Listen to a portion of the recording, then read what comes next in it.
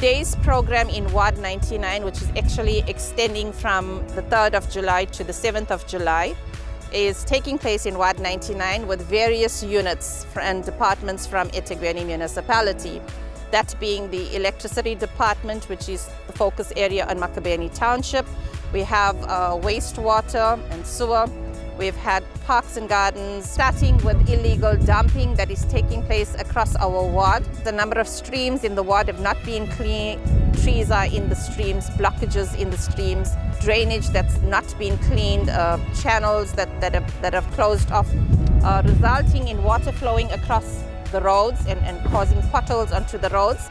So having the program in our ward for this week assisted to remove those blockages. Over 40 to 50 of the volunteers in parts where cleaning and litter and dumping was a serious concern, like our townships in Malundi Township V section.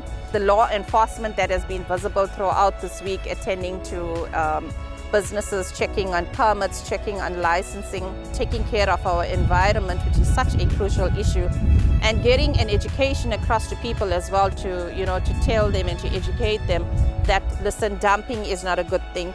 Littering is not a good thing. Let's keep our communities clean, because a clean community is where we need to live and where we need to grow our families and our community. Our last day of the program will be in Umkhomaas, which is a CBD, and also a local tourist attraction area close to the Umkhomaas beach.